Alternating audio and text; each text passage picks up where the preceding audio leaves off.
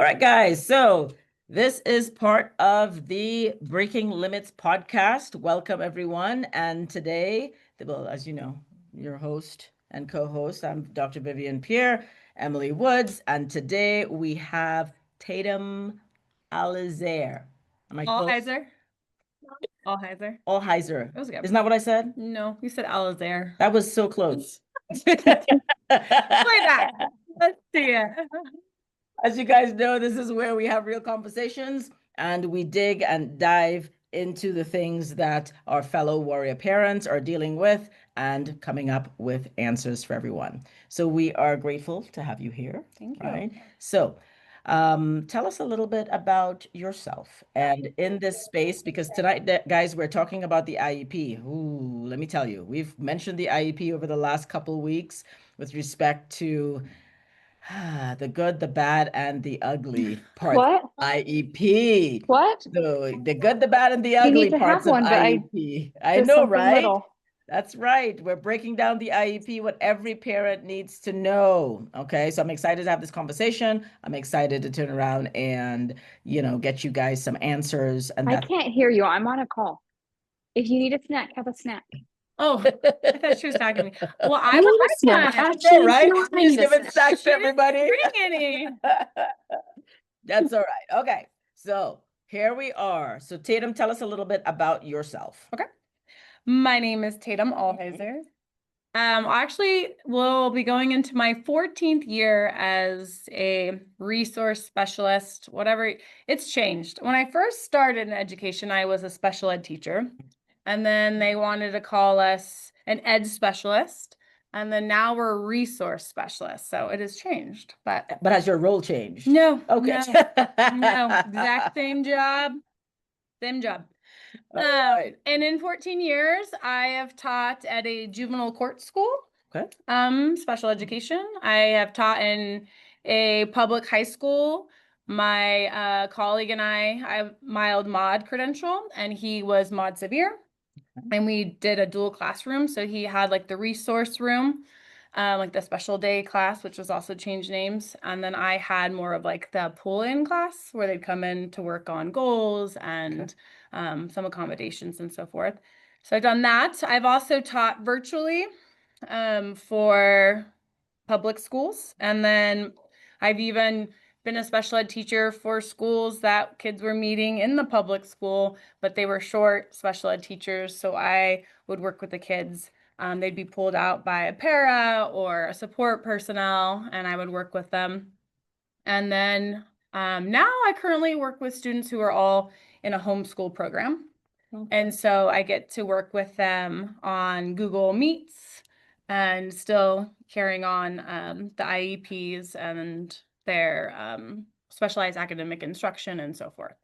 So yeah, going on 14 years. So I've had like a whole realm of like different opportunities. And then my son has also required an IEP. In the very beginning, on one of these younger moms with younger kids will remember it. It was kind of like what was it, Emily, before it became an IEP? It was like an NIF IEP. It was another acronym that I don't know. It was something else. Yeah, but it's like it transitions into an IEP. I don't do early intervention, so I don't remember that paperwork. But yeah, so I've had an IEP for my son, Noah. And how old is Noah? He will be 13 in December. Okay. Yeah, so I've been a special ed teacher, so I've written IEPs for 14 years, and then I've been a special ed parent for 13 years, so I have sat in your seat. And then last year, I was brought on as an advocate to help parents understand the IEP process. So now I've seen it from another aspect. And so with all that, I do think I have some, wonderful information that I can share. And I have some dreams and hopes of what the perfect IEP team looks like. And I don't think that it's too far fetched because I have seen it in real life. It can happen. And I really think it starts with the parents. So when I talk about like the dream IEP, it's you. Like you have to make it happen. And that whole individualized education plan is nothing without your child. And if you guys as parents don't have a bigger role to play and a bigger part and involvement and say, then whose IEP is it anyway? Well, before we dive into that, Yeah. tell for those who are not even completely sure, and this might be the beginning of their journey Mhm. in this space, Yeah. like tell us what exactly the IEP is Okay. and who gets to have an IEP. Okay. Like what qualifies them Qualifies. to have an IEP. Well, do your kids have any current IEPs, or are they still too little? Are you guys in the public school setting? I think theirs are too little still. Okay. So an IEP will start when they transition into kindergarten. So they'll and they will qualify for a couple different reasons. So an IEP is created when a child is not able to access the general education like their peers. And there are different categories. There are some medical diagnoses that can give you an IEP right away, or you can go into a 504 plan, which is a much kind of softer approach. And it's a good one too. It just depends on your kid. And then there's testing that can be done. So, and there's different categories with testing. So, an intellectual disability will test your child's IQ. So, he'll be compared to what he or she is able to achieve based on their intellect or their overall IQ level. So right now in the state of California, 72 and below. So a score of 72 and below would qualify your child for intellectual disability. Now, is this a standardized test that Mhm. is it different from state to state, or is it just a It national? could be a different test that is administered Okay. during the states, yes. But But across the board, they're measuring the same things. yes. And it used to be that qualification used to be called mentally retarded. Okay. And then society kind of abused that word. And so the school got together, the Board of Education was like, we don't like that. Right. And so intellectually disabled is great. And I was actually my very first year teaching, it still had it on some of the IEPs. And it was like wow. hard socially to say those words. And so I was really thankful when it changed into intellectually disabled. So so that's one of the qualifications. There's other health impairments. There's specific learning disability. So that's kind of my favorite one because I'm mild to mod. So that's kind of my largest caseload of students. And what that shows, and it's really fascinating, at least for me, is they get that IQ level and then they measure your student or your child's ability in comparison to that IQ. So if your child has a really high IQ, so they're really smart in compared to their peers, but they're operating really low in reading or writing or math or fluency or certain aspects of their education, they can qualify even with a really high IQ. There we go. And so I always love when I get one of those students because I'm like, you're brilliant, but you still need help because everybody needs help. And I was like, look at your IQ, like you are so smart. And then it can happen the other way where the IQ is just not quite intellectually disabled and they could just have that discrepancy of 19 points. So it just where it's found. Let's dive into this a little bit because I know Emily has brought this up also in a couple of our different podcasts that we mentioned it, and about the testing specifically.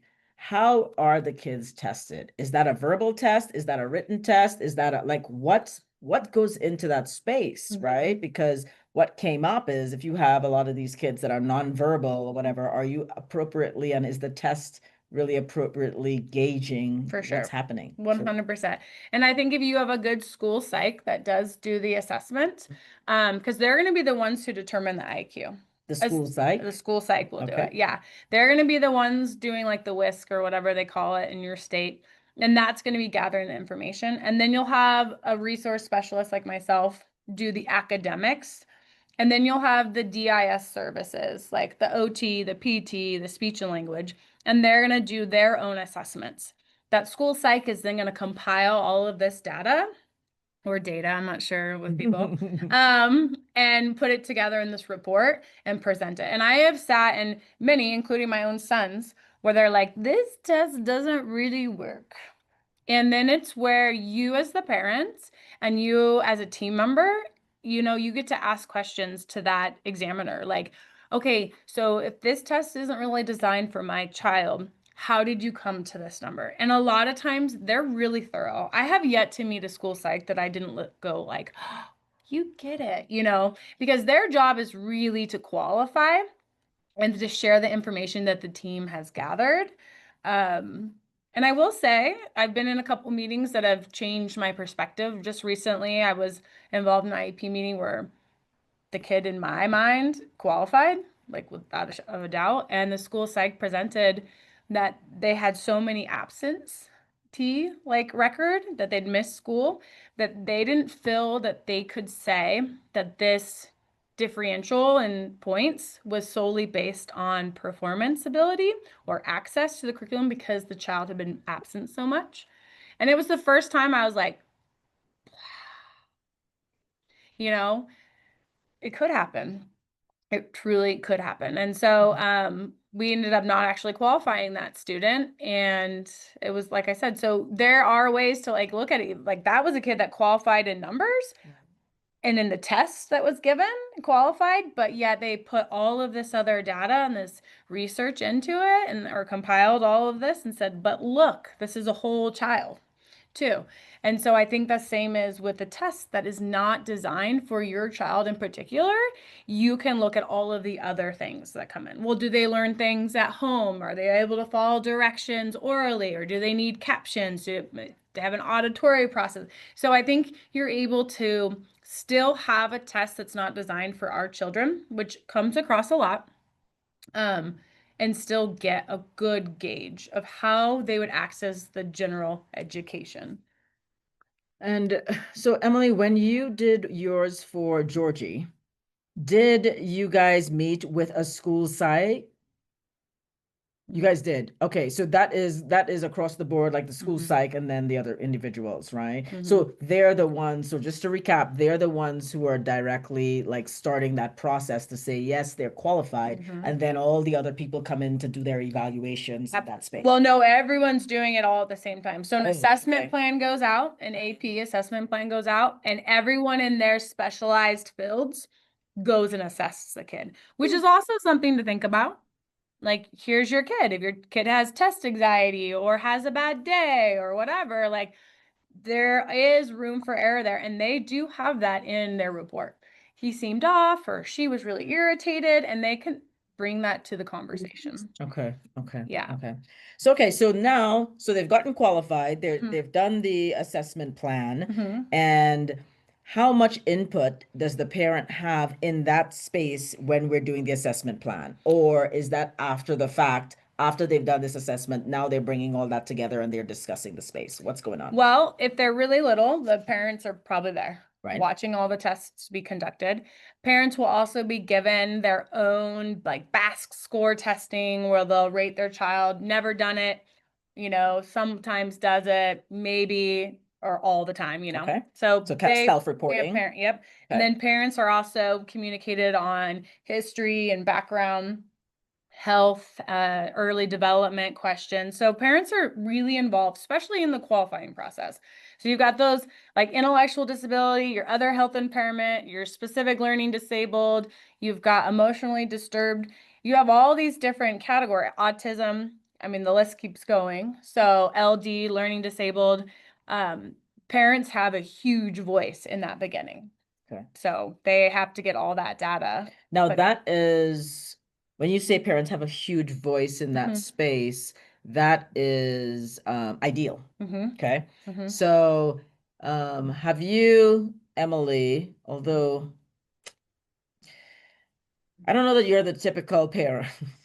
Like when I say that, a quote unquote typical parent, because a lot of our parents, with I'm so proud of them for, is that when they don't understand something, they speak up. They put themselves in that space. And to your point that you're saying that parents have to be involved in the process, right? One of the big things that comes up is that people don't seem to be happy about their IEPs. Okay. Right? And they're not happy about the goals that have been set, and or it appears that there's not enough assessments that's going on to change. Okay. Right? We had a conversation where if your IEP is not changing for the year, something's wrong. So can we talk a little bit about that space? Yeah. So when you get it started with all the parents, they're gonna, if the child qualifies, so they'll have what's called like this initial IEP, and that's where the team comes together. They talk about all the information, all the assessments, all the numbers.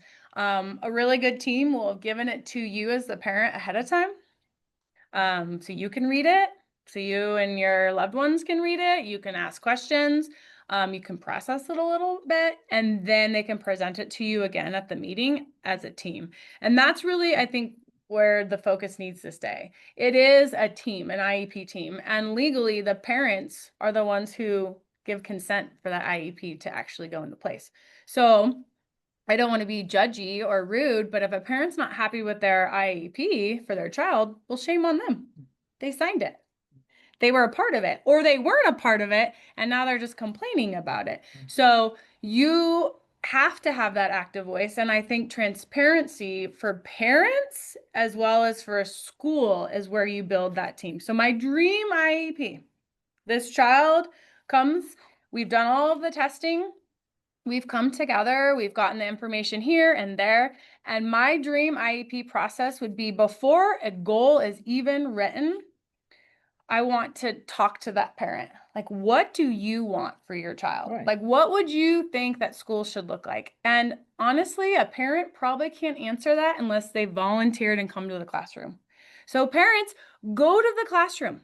Spend a couple days with your child at their school site so you know what to expect. You can see what your child has access to or doesn't, who your child interacts with or doesn't interact with, who engages in your kid or who ignores your child. Like I really like, it's your kid. And if they're nonverbal, especially, go there and see it for yourself. Because when it comes to that team, I would love for that parent to have been in my classroom, been in the general ed classrooms, been in the hallway, eaten at the cafeteria, been out on break time, and have an idea to come to the table as a team and say, let's make a plan together.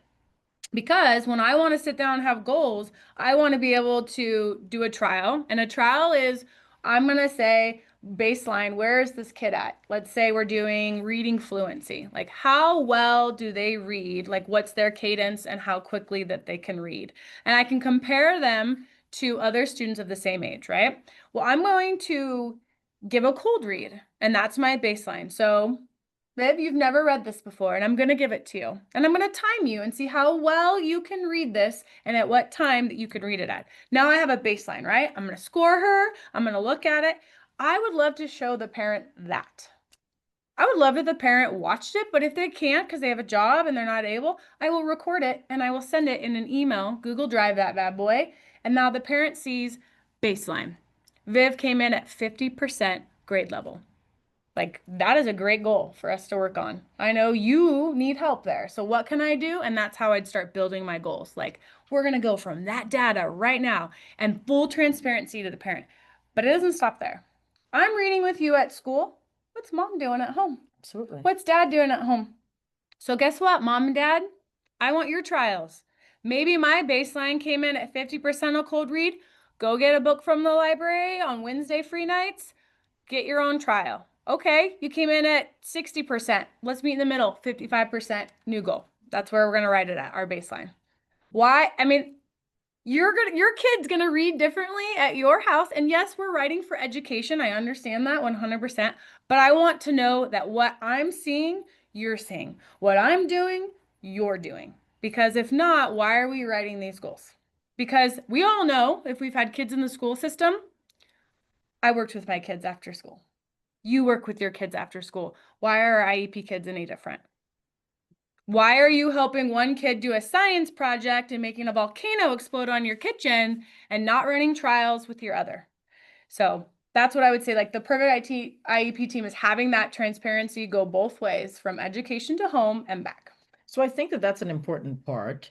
And then jump in if you have anything to add to any of this, but the important part, I think, because I think you raise a good space that says what I'm hearing a lot is the team, Mhm. right? And I feel that some of the hard parts for individuals in the IEP that I hear about is when I feel like they don't understand or they haven't been explained. Like you're Yeah. right now going through this space. And Absolutely. again, I think it's on both sides, but at the same time, as the professional, Mhm. you know, I say this in healthcare, we are not doing a very good job in healthcare. And when I say, like, I'm going to talk in our space, right, in the doctor space and the therapy space, that we're not educating our patients enough. We're moving further and further away from that Yeah. because we're too concerned about checking a box Yep. and like playing to an insurance company or something like that. And so for me, when people come and turn around and I'm asking about the IEPs and, you know, what's going on at school or, Mhm. you know, how they're doing, the frustration, I think, is that there's a disconnect. Mhm. And to your point, I think that there's not enough communication or there's not enough explanation from the space of the professionals, Mhm. you know, space, and then also the parent being kind of like a dog without a bone, you know, without a Yeah. bone, saying like, well, I don't understand, or you know, this, or feeling like they can't. Mhm. I know some parents have talked about that, and again, guys, this is something that we're talking about how it should look. Mhm. And we know that it doesn't look like this all the time, Mhm. but these are things that are coming up for people, right? So Mhm. the space that they're asking about things or they're requesting things, but they're getting shut down because the school, whether it's a financial space Mhm. that can't happen or something else that's going on, the disconnect that I think is a big space as to why people are so frustrated with IEPs Absolutely. because of what they think can happen. Mhm. Or if you thought that could happen, how is that not being brought up in those conversations, right? You're right. So what this also brings me to is how often are you guys meeting with parents Mhm. in that process to be able to do that? But before that just came into my head. But before that, the other thing I really want to say is absolutely the goal and the work, just like therapy, Mhm. is not just in school. No. There needs to be transition at home. Mhm. There needs to be different ways to do that. Mhm. But I also think that there needs to be help because what I hear from parents a lot of times, what I think is simple, Mhm.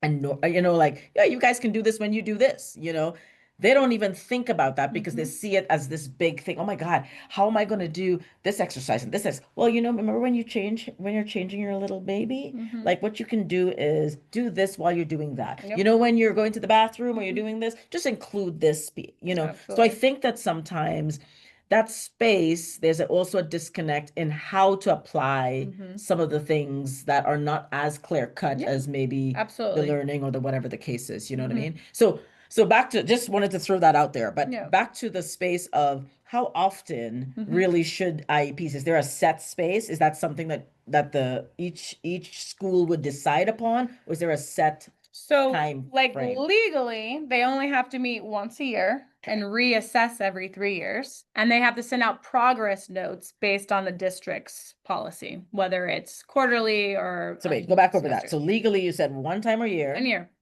A new plan is created once a year. Okay, and then you meet and Reassessing reassess. every 3 years. Okay. And then progress notes on goals. So you write goals that are to last 1 whole year. Okay. And you have to send out progress notes, which says where the child is at on these particular goals. And how often do the progress note go? Based on the district. So if Okay. the district works quarters or semesters or trimesters. Okay, so that could be a use little them. different. Mhm. Okay, but there are things that are going out periodically throughout those times. Yes, but that is not the dream IEP team Okay. because that is not a team. How successful would you be if you only met once a year? I know, I'm glad you said it because I was just about to turn around and take this pen and stab it through there. Yeah. So, yeah. So that's the problem. And it doesn't have to be like call the whole group and come in together. Yeah. You can have phone calls, you can have emails, you can have a Google running doc where you guys are adding notes and sharing. I really encouraged a family that I absolutely adore. Their child is verbal, but he does have autism, and so the communication's not 100% accurate. And so I said, you need a little cheat sheet. You need his teacher every day at pickup to give you a little one-sheet cheat sheet of how his day was. Ate all his lunch, played with a new friend, said 5 cuss words, whatever it is that's relevant to his day needs to be reported We because celebrate all. yeah, because then mom could use that and say, you only said 5 cuss words. Way to go, buddy. Or you made a new friend, like, Right. tell me more. Right. Like, so they can ask those questions. Right. And so that has been really successful. And that is a great form to be part of the team. So here we are, parent and teacher. And then mom was able to do it back. Had a rough morning, didn't eat his breakfast, kept saying his tummy hurt. Our cat died yesterday. We're going to grandma's funeral. All of those triggers or those things in a little piece of paper, nothing fancy. And it has been super successful. And you can, I'm not saying give your phone number out to everyone, but there's apps now you can do through the school where you can text and send a little snapshot of what my kid's day might look like, or whatever, and forewarn each other. And that's part of the team. Or, hey, I ran a trial last night. We were reading. I don't think he's, sounding out words. I think he just hasn't memorized, like there's those things to just be completely transparent with what is happening. And I think also like giving parents goals, progress on goals, when you just say, oh, they met 75% accuracy in 3 out of 4 trials.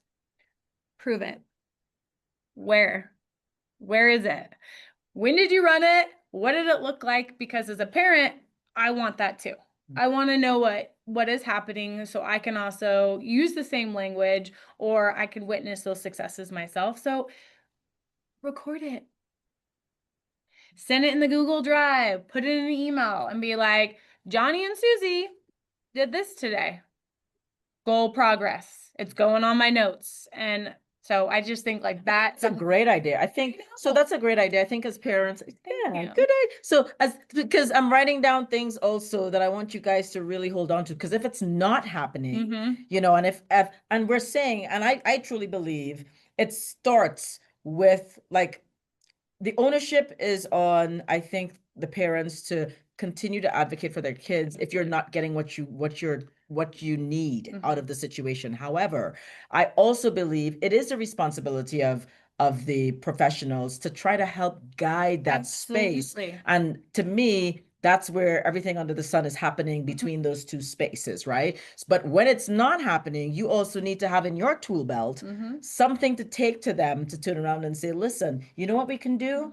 Why don't we create a cheat sheet? Yeah. Why, is it okay if you send me something once a week? Yes. Right? To be able to do that so you guys are getting what you need out of that situation and out of that space. And there's a better sense of, this is my word, you guys know it, clarity. Because when you have clarity, you can make decisions from that space. When you're just confused, you can't make decisions from that space that's right for you, your family, your kids. And right? One of the biggest things that having that clarity, but also being informed as a parent has created a better plan for every kid. Because what happens is parents aren't clear. Yeah.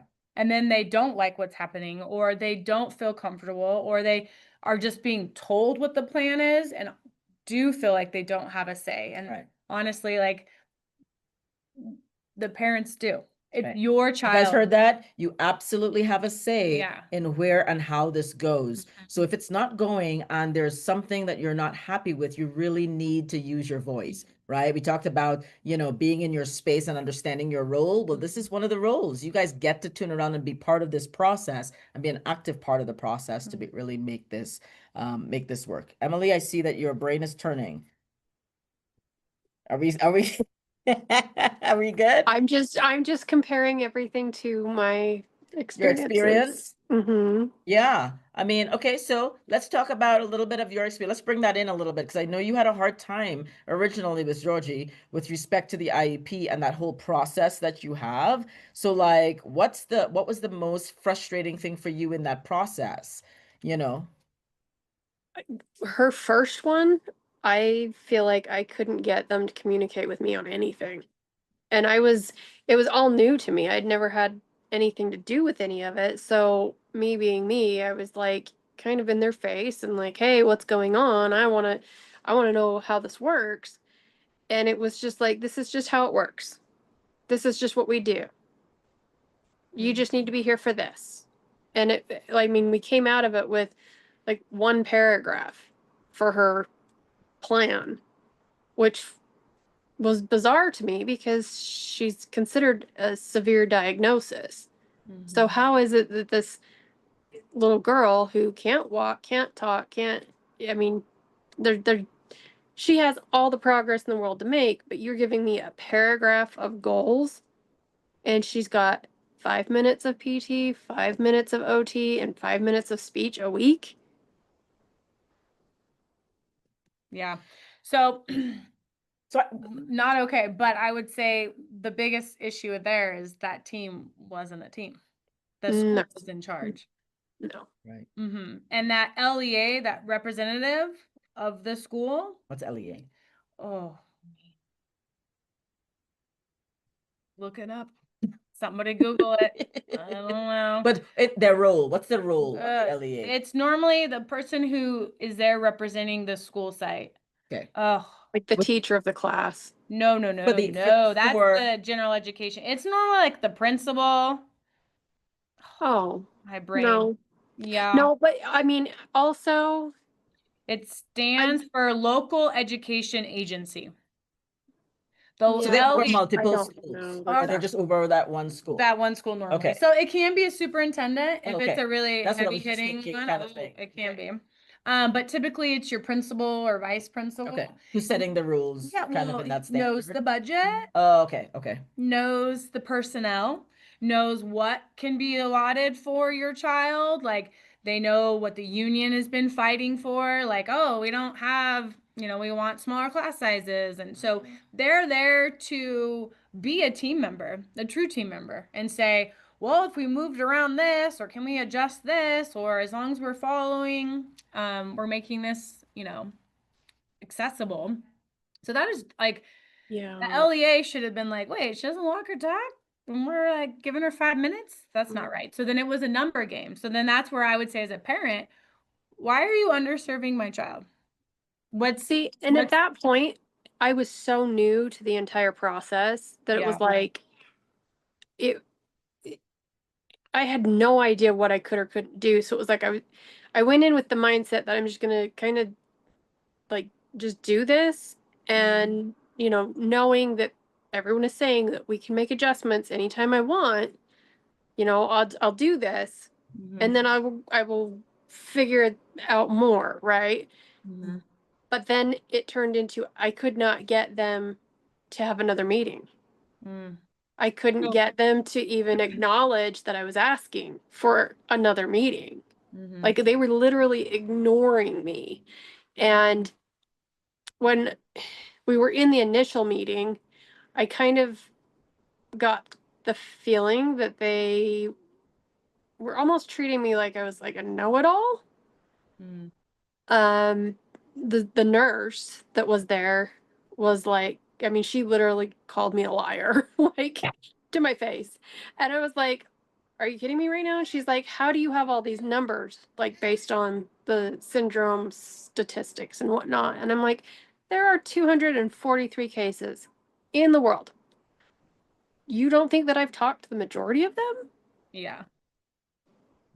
But I think, I said, based on what we're seeing right now, and again, I wanted to raise this point because, like I said, Tatum's telling us how it should be operating and what's happening on the team and how the team should be operating. And the issue, I think, for a lot of you guys that have been part of this process, you guys have stumbled upon understanding things as opposed to somebody being very clear. That's why these conversations are super important, because you needed to be told also that you had permission to. Yeah. You needed told, you see what I'm saying? If you knew that you had permission to, because you guys are fierce, like, I call them my warrior parents. Like, you guys are out there fighting for your kids every single day on all these different things. But sometimes you guys are like, you guys are waiting for that permission, right? And the permission needs to be like, if it's not serving and something's wrong, because when I talk about the sniff test and the gut check test, that you guys step into the space to be able to open that, and if it's not working, find a solution. And if it's not there, because that's why I said, I think the disconnect sometimes is, what are we expecting the school to do? Like, Mm. what are the goals that should be expected out of that space? Because, for example, you just said that you were in the learning space, right? But so the kids that and are a lot of your kids verbal and nonverbal, or are they verbal? Like, Most of mine, but I've written IEPs for nonverbal. for nonverbal, kiddos. right? Yeah. So Kids in who are the working on space, living skills, like using the bathroom, there you go. toiletry, yeah. So in Mhm. that space, Mhm. are we, and how does that transpose in the school environment, right? In a space where, like, it's school, but they might be social type skills, those life skills that you're talking about, do the parents actually understand that these are other things that they can be involved in? How wide is that scope, or how narrow is the scope that they're able to do? So it's actually pretty wide, because anything that your kid does at school can be a goal, or doesn't do at school. Okay. So eating, waiting in line, using the bathroom, washing their hands, all of those things can still be a goal written for school, because those are things that their neurotypical peers Are doing. are doing. Getting on the bus, doing share and tell, raising their hand, staying in their chair, not swirling, all of those things. So it's part of their educational journey. So what it looks like. Right. I've even seen parents write goals for field trips. They're like, can we have a field trip goal? Because they don't want my son to go on them. Yeah. They exclude my child from field trips because of his behavior. And I'm like, oh, they can't now. It's in the IEP. We got to run trials. How are we going to make a field trip if he doesn't go? And so there's some power to do that too. But yeah, there is no limit. I mean, I've had a brushing teeth goal, one of my kids. And it's like, not all kids brush their teeth, but we could advocate that for hygiene at school, when you're in high school, is important. So we're going to teach that kid how to brush his teeth and help out mom and dad, because it's a struggle area. Yeah. And so that's been on an IEP before. So I think that's, again, I'm bringing this up because, just like kind of in therapy a little bit, there are things that will get shut down by insurance so Yes. quickly for us, right? And we have to understand what can and what will and will not, even though it's part of that goal space that we need to operate in, right? I'm gonna, we have back pain, but really the issue is coming from the ankle, but they don't want us to treat the ankle. Well, I'm gonna write a goal. I'm gonna have activities or something in a space where I'm still treating it, because I can't get my back right if my foot's not right. You know what I mean? Down the chain. So I think that again, I cannot stress this enough. I really still feel it's the communication that allows for that to happen. And when there's a breakdown, so if there's a breakdown, let's say in this space, kind of like Emily, extreme case, but let's say that there's a breakdown in the space, who do we go to? An If the advocate. talk to me about the advocate. I mean, no, 'Cause we would encourage you to go to the case manager, which Right. is the person writing the IEPs typically. Which would be the psychologist? No, would or, be the resource specialist, the or the special ed resource teacher. specialist teacher. I Okay. would go to your case manager first. Okay. I would start there. They're the ones who are giving the specialized academic instruction. They're the ones writing the goals. They're the ones managing the team. So they're communicating to counselors and physical therapists and OT and adaptive PE and all of those things. So that's where I would start. Okay. If you're like, this doesn't seem right, what can I do? But I mean, I think that LEA in the meeting has to know what's available at that site, because there are, and here's where it becomes an individual plan too. Okay. There are so many factors, but one that comes into play.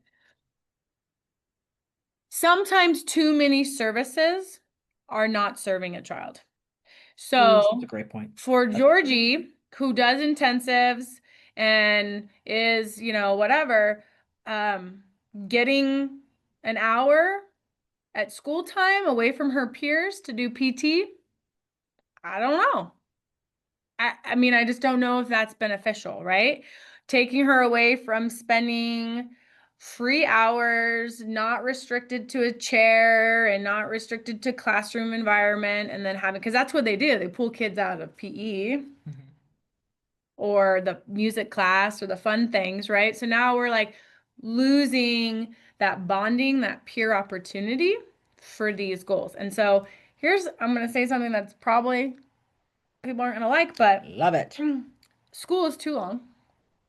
Should be shorter day for everybody. Amen. And then a shorter day would allow for kids to do their schoolwork, spend time with family, do sports, or go to their therapies after. So if this whole entire school system could be rearranged and we could be done at like 2:30, 2 o'clock, that would give ample time, because I don't want to pull my kid out for services either, but I also don't want them to be missing out on bonding in that school time.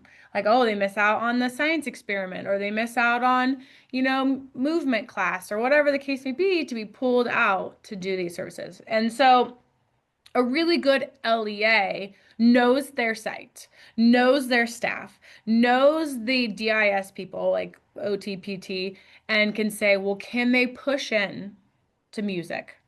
Can they not pull Georgie out? Can they push into music class, help her get up and down the risers, move around, and not be like this hovering helicopter, but more of an inclusive movement. Facilitating. Facilitate, throughout yeah. that space. Mhm. Or, and then can they be doing that with 5 other kids? I think so. Because that, to me, creates more opportunities for connection and inclusion than if you just had Georgie being worked with one person for an hour a week, and so forth. And those higher needs kids, which Noah is a higher needs kid, Georgie is a higher needs kid. I don't know if the need always has to come from the school. I think that's where the parents' responsibility comes in. Like, we get minimum days. They got PD days for teachers or whatever, and my kid's done at noon. Well, shoot, that's when we're going to do our services, And I think that's having that team conversation of like, do I really want my child being pulled out for all of this, or can we find an opportunity for it to be accessible to all kids at the same time? I'm going to say this. So based on what you're saying, right? Mhm. One of the things that we brought up also in our 8-week empowerment 8-week parent empowerment program Mhm. was around creating a vision. Okay. And I go back to this because what I'm hearing is the clarity that you're having, the ability Mhm. to sit down and have the conversations about what are the goals, what are the things we're working on, what are the things that we're Mhm. having trouble with now, Mhm. right? Or what do we want to work towards? Or because I really believe in setting a vision, right? Absolutely. Setting a vision of what is it that we're trying to Target. accomplish? What's the target, Mhm. right? And when you're getting clarity, and it doesn't mean that you can't be flexible and that can't change, but it gives us a direction to go into. Right. When we don't have that direction and everything is just confusion, Mhm. that becomes very difficult, because it's very difficult for you to get help Mhm. from people and target those areas, because like you're saying, Mhm. IEP could be very large. Mhm. Same thing in therapies, right? A lot of times we'll turn around and we say, okay, guys, what is it that you guys are having trouble with? The great thing about therapy is that, and you guys know this, the difference between a lot of therapists and doctors is that you might go see the doctor once, twice for the year. But therapy, you're there week in, week out. We're continually learning information about our clients to be able to alter the plan, to be able to do something, to refocus. Something's coming up. I need to deal with this right now, or something like that, right? And that's what I'm kind of hearing from you a little bit in that space, because you're absolutely right. When I heard that, when I heard you say legally one time a year, I think that's ridiculous. I said, even from a legal standpoint, that's ridiculous, because that's just setting up everybody to fail. That's, I mean, and the reality is, if it's not warranted, then it's not going to happen, because there's so much other stuff happening, right? So I think that's, I mean, at minimum, at one a quarter or something, like where you're checking in. But just because that's not happening and not coming from one end doesn't mean that you can't say, okay, Create it. what's Team member. happening? Team member. Can we get this done every quarter? Can we check in with you every quarter and see if we need to change anything in that space? And you can add that. That's on the service page. There's an accommodation and a service page, and you can ask for a collaboration with all the team members. And you could say 15 minutes a month. You can say, once a week for some of those high-end kiddos. So you can actually advocate for that on there. A lot of these kids, nonverbal, verbal, whether it's behavioral, but it's all these other things. I think you're correct when, some kids, it is purely like academic wise. They need some things in the school space to be able to switch that or change that, or create, more time, or other things that they need to do. But a lot of our kids that aren't verbal, or are having other issues in the classroom and they need the life skills and all these other things. I do think it's important that become and understand the goal that you're working towards within the school environment, right? Like you're saying, maybe it was that, there were all these outbursts, but now the child is sitting in school without these outbursts and he just made a friend. Like, I don't know, right? In that space. And so I think when I think of the kids and what they're getting from school or whatever, because that's a whole other conversation for me about school, but it's life, right? Yes. So for me, it's life. So Yes. how do we turn around and help our kids traverse that journey and help the parents or equip the parents to help them traverse that journey? I think looking at the IEP as a living, breathing Oh, I love that. document, because you have to have life in it. It has to be changing. You have to revisit. You have to give it care. You have to pay attention to it. You have to check in on it. It is living, breathing document, and it is your child's educational rights on paper, but it needs to change with your child. And so, As a parent that also has a special needs child, have you, with your IEP, have you ever had and especially because you know so much about the space, have you come into that scenario where there's something you don't like on the IEP and or there's something that's happening in that space that you are not happy about? Absolutely. And how do you deal with that? Well, one that sticks in my mind is not the greatest. But I believe in starting with the positive first. So I'm gonna start with the good one first, and then I'll give you the big wham bam. Thank you, ma'am. So, right now my son's, and she's gonna probably watch this, so she's gonna laugh. But my son has a special ed teacher now, and her IEP paperwork is atrocious. It's bad. The spelling errors, the copy paste, all of it is a hot mess. And you would think that she knows me. We actually taught together. And she knows I'm an advocate also, that it would be like super dialed in. But I give grace because she is a phenomenal educator. And when she works with my child, with Noah, she has taken the time and the thoughtfulness and the kindness and the engagement to such a high level that IEP doesn't matter. Because yes, it's a living, breathing document, but she works with my son with so much life that her bad paperwork is forgiven. And I've told her that. And I've told her that because we've laughed about it, because that is not her strong suit.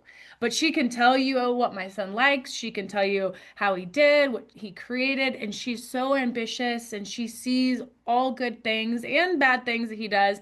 And she's just super communicative. When we talk, we text. That legal binding document isn't the greatest. It's not well prepared, really, but what she does in the real world is worth it. And so I let it go. That's a big space, guys. Yeah. I want you guys to hear me. That's a big space. Yeah. And that's also a big space. Even as a therapist, I'll let you guys know documentation is the bane of our existence. Let me tell you right now. The number of things that we need to turn But I around think and I document. think any parent that is experiencing that would say the same thing. Because you would be surprised. if we're seeing the needs be met, it is completely different than whatever is showing up on paper. Yeah. Like But the paper does. I mean, the paper backs what she's doing. It's just not the most pristine, Yeah. Yeah. It's not checking all the boxes. Because ultimately you want the result. Yes. Right. And I say this all the time for us, like if I'm seeing, if you were coming to me as a therapist, right? Right now, your problem is not my paperwork. Right. Your problem is something different. So the result is how are you leaving me? Right. Right. And so you're talking about that space because ultimately that's why they're there. That's what you want.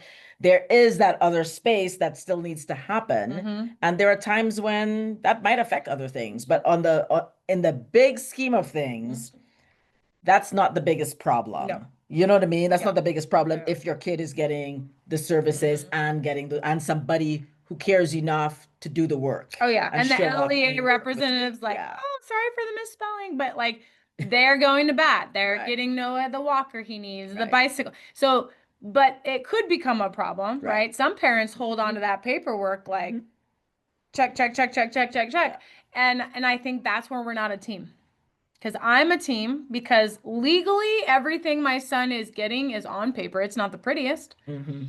And so I'm okay. So I can say I consent to this minus the spelling errors, you know, and haha, Mhm. funny, or whatever. Or shit, I'll give her grace and be like, you got the IEP done in time, check that box, get your paperwork all pristine and give it back to me and I'll sign it. And we've done that. And by the time I sign it, it is the IEP that will check all the they'll boxes. check all the boxes Yeah. and do what they But need to she's do. got to do it in a timeline. And I just, the amount of energy she puts into my kid and all the kids she works with, that paperwork is the back burner. Yeah. It's And so it's fine. But I've had the other side where the paperwork was done correctly and my child was not getting what I wanted and I refused to sign it. So I've been that parent. Oh wait, did you guys hear that? She refused to sign Which it. is your right. So again, Mhm. I'm just saying this because I want to give you permission. Mhm. In case of everybody that needs permission, I want to give you permission in that space, right? To be able to do that. So what happened in that? So, and you'll get this too. Before you have an IEP meeting, they're going to send you your protocols and your safeguards. And it's going to be like 60 pages of garbage. Don't read it. I mean, go ahead and read it, but whatever. Let me just tell you what it says. It tells you your parent rights. And the rights of the parent is to consent to this IEP or not. And say, I consent to this part, but not this part. Or I think you need to go back to the, drawing board and come up with a better plan. It has to be that team though, right? It can't be you against the school. Can't be you against the LEA. It has to be a team. There has to be compromise. And I used to think when you compromise, everybody loses. But I think in education, like there has to be compromises what's best. And you have to be able to trust those professionals when they're saying, we think this is what we can offer your child. But once again, if you haven't actually seen your kid at their school, what are you coming to the table with? Because it's, yes, you know your child better than anybody else and you love your kid more, but you don't know what your kid looks like at school. Yeah. Environments change, Huh? you know. So go to school Sure. and see it. And so that's, what had happened. I refused to sign. And this is a very rough patch for me, but they didn't want to allow my son on the school bus to go on a field trip because he does not walk. He requires a gait trainer, kind of like a wheelchair, but he like walks with his feet. And they don't have a handicap accessible bus in our entire school district. And this is the ironic part. So he's in kindergarten, so it's his first time going to school, and they're going on a field trip to the wildlife refuge, which my husband and I literally have our own private entrance to. So it's in our backyard. But the school won't allow him to ride on the bus to our backyard because he can't get on and off of the bus safely on his own. And my husband was going to ride with him and help transport. And in his IEP, he has a para educator or a one-on-one, when they change the names on it all the time, whose job is to help him transition.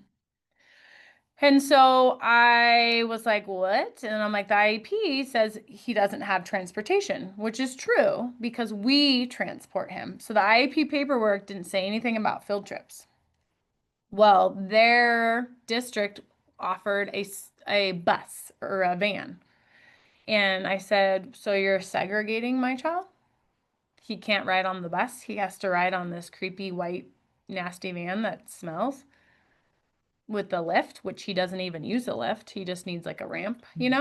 And I was like, how is that okay? And they're like, well, this is what we do. And I was like, no, this is not what we do.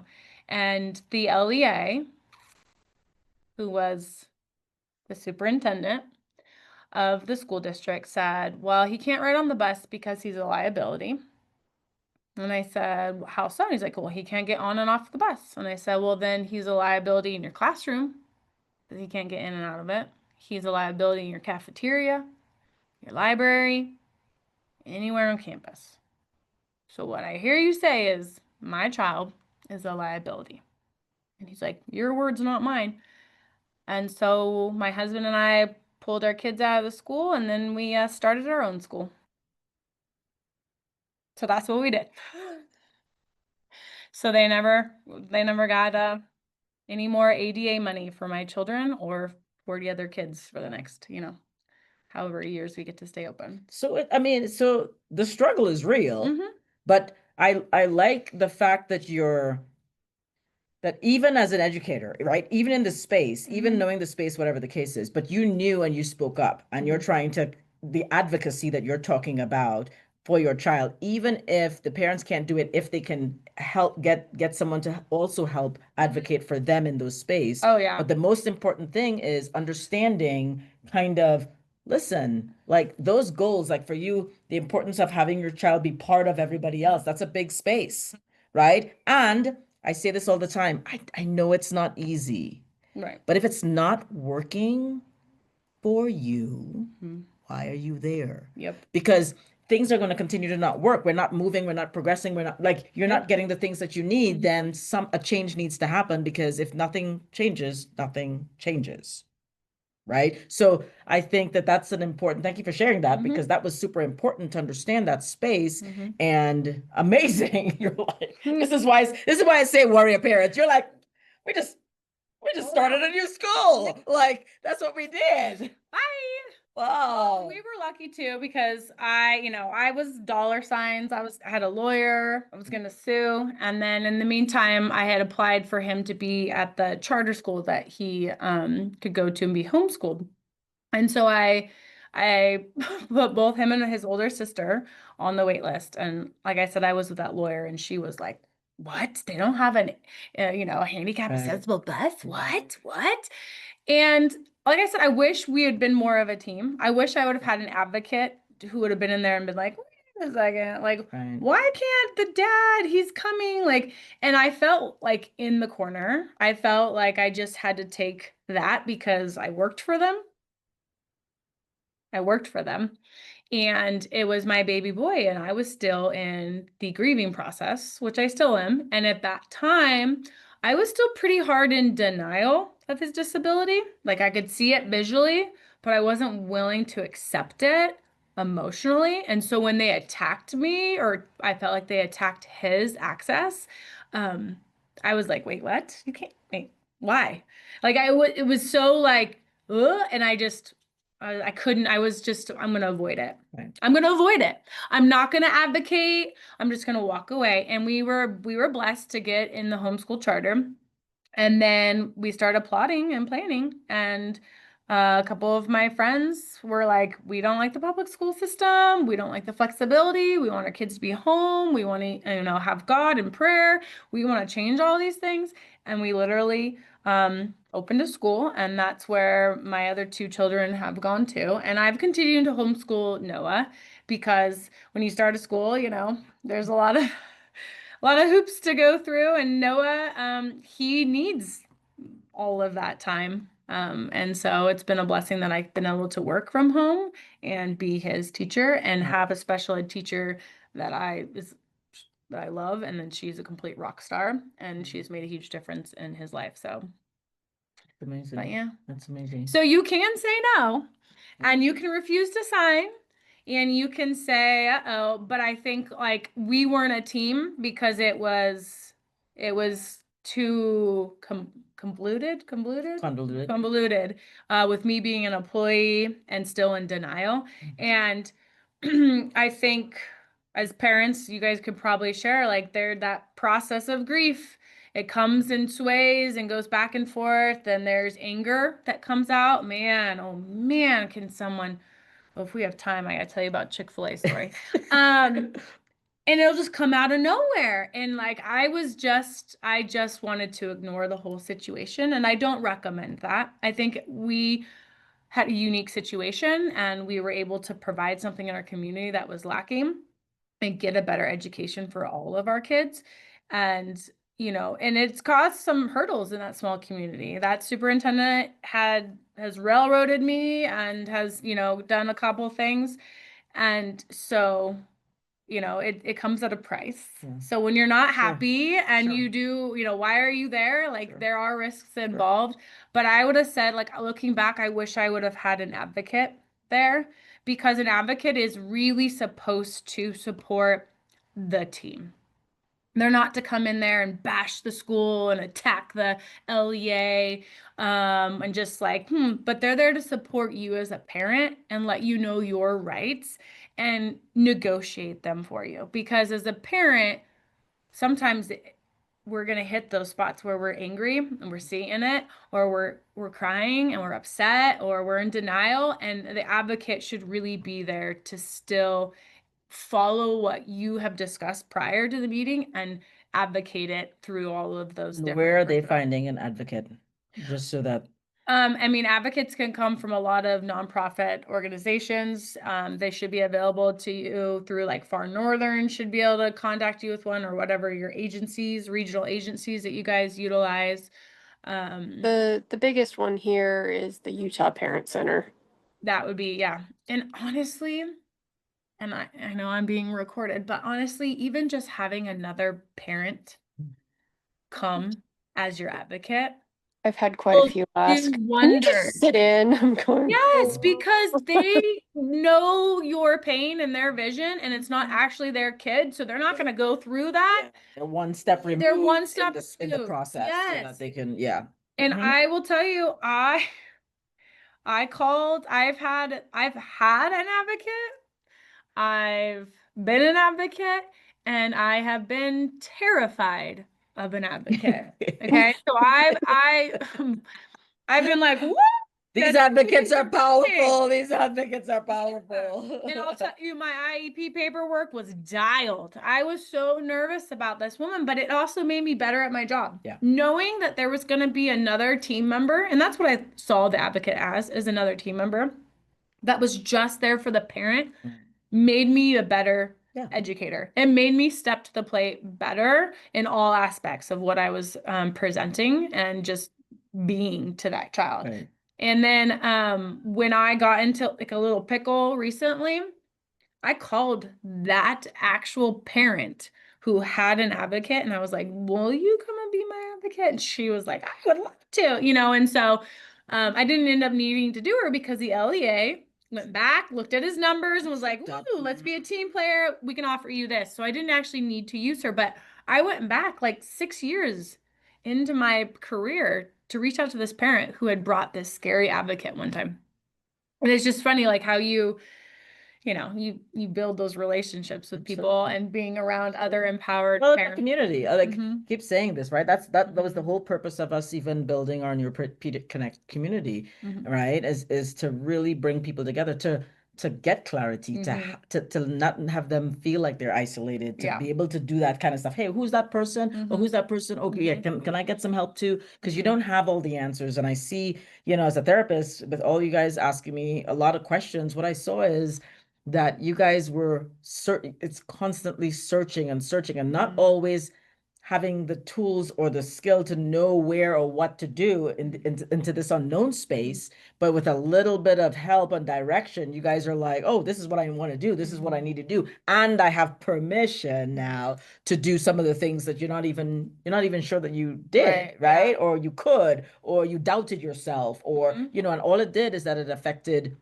yourself, your family, you know, in that space, you know, to be able to do that. Now, as we're wrapping up here, one big thing that's happening is, as we know, President Trump's big, beautiful bill. Oh, I don't know. Okay. Me in politics, I don't know. But I want to say What this. is it though? Can you give me the short of it? The short is that they are potentially cutting funding, right, to programs, well, Medicare, Medicaid, some other programs, right? Okay. Do we see, right, healthcare type stuff? We already have some things that are happening in the healthcare space around that, right? Reimbursements are down, things like that, right? So with that, with the money, you know, people are saying, you know, there are trillions of dollars that may be cut from this space. And the fact that this is a very broad space of who gets under that umbrella of Medicare, Medicaid services. A lot of these kids are on Medicaid services to turn around and help or whatever, their own services. Do you see that affecting the IEP, and do you see that affecting the ability and funding for school type things? Just on a very 30,000 foot view. Yeah, I'll be honest. That's above my pay grade. Mhm. All I do know is when it comes to an IEP, there's a little box there that says, if your child qualifies for Medicaid, Medi-Cal, can the school bill it? Full circle, I was in an IEP not too long ago. The same superintendent about the bus incident he's a very knowledgeable human, and he does truly care about kids. He just didn't see Noah as one of his kids, unfortunately. And, I hope that someday he does see all children. But he is a numbers guy, and he was talking about the budget cutting, and he didn't really think that it was going to come into play as much as people are hyping it up. He was saying that there is a portion of the funding that comes to schools, but most of the funding comes at that state level. Okay. Per your state. And so there is money from the federal government that's going to be changed, but he said that there was ways that there would be other opportunities to For them to receive money. And well, that's kind of a, if now again, I don't know either. Yeah. Right. But it's definitely a conversation that's starting to be had. Yeah. Because IEPs is that's one part of it, but obviously whether this affects a number of different things. Yeah. Right. So like I said, in healthcare space, we definitely have some cuts that are happening through that space in the other, and how insurances are dealing with that. Right. And a lot of times insurances for us cover, they kind of follow Medicare, Medicaid. So as things change in that arena, a lot of times private insurances change in different things, right? Yeah. But the healthcare space generally is a challenging space Yeah. all around. And honestly, personally, if you could use your own personal insurance, then would they be able to serve the kid during school hours? Like, I would love that.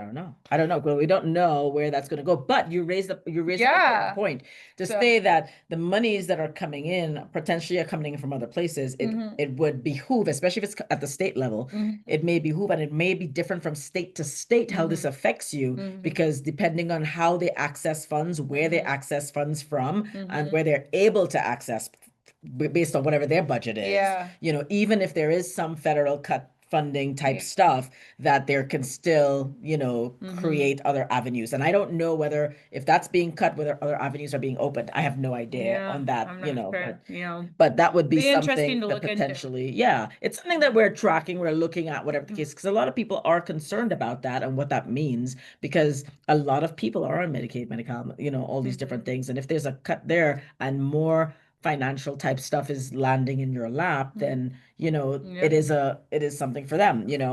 2 weeks ago, I believe it was, I brought an individual on in our group to talk about finances and talk about different ways to turn around and put more money back in your pockets and utilize some other things, because we're also always helping you guys figure out, because equipment cost, like there's a lot of costs that you guys are incurring.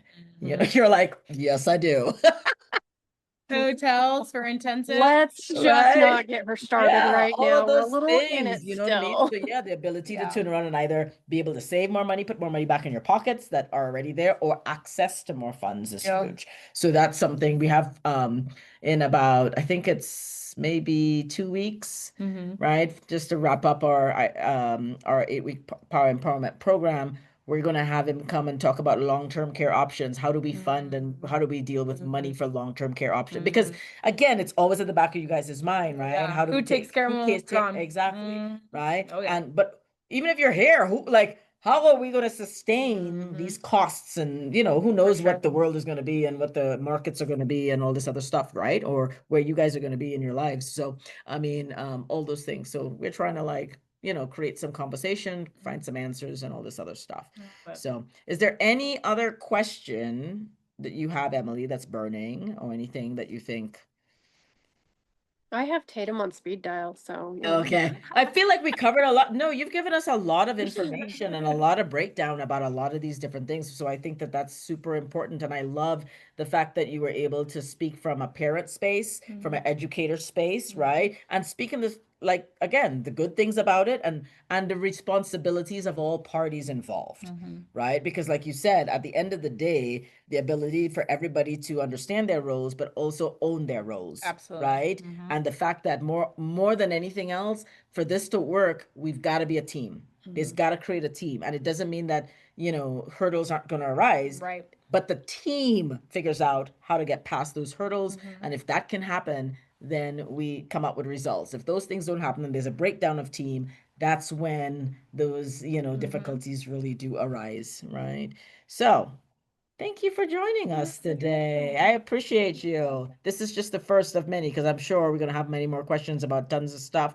And you seem very, very, very knowledgeable in this space and also kind of what's going on. So as things change or whatever the case is, you know, keep us updated, even in our group. Keep us updated if you hear about anything that's changing. That would be awesome. So again, guys, thank you, Tatum. Thank you For being here. Emily Woods, as usual, appreciate you. And this is Vivian signing off. Don't forget to like, subscribe, comment, right? In our podcast, the Breaking Limits podcast, or in any of our Facebook groups Beyond the Diagnosis, or just look at our page, NeuroPediaConnect.com.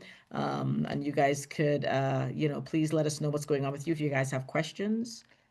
Because we also ask Tatum on speed dial. We get her to answer your questions for you as best as she can, right? And we appreciate all of you guys joining us. Take care. This is us signing out.